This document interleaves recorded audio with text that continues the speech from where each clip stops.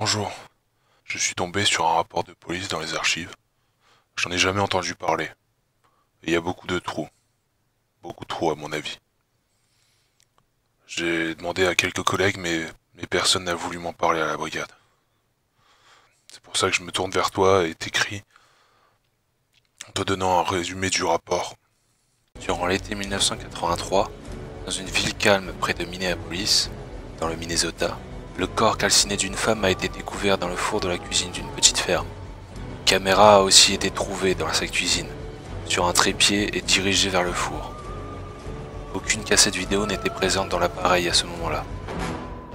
La police a d'abord conclu à un homicide, jusqu'à ce qu'une cassette VHS sans inscription soit retrouvée au fond du puits de la ferme, qui s'était apparemment asséché plus tôt dans l'année.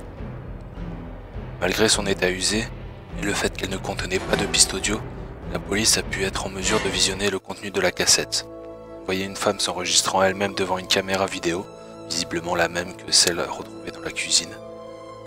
Après avoir positionné la caméra de manière à être, elle et le four, dans son champ de vision, on pouvait la voir allumer le four, ouvrir la porte, pénétrer dans l'entrebâillement, puis refermer la porte derrière elle.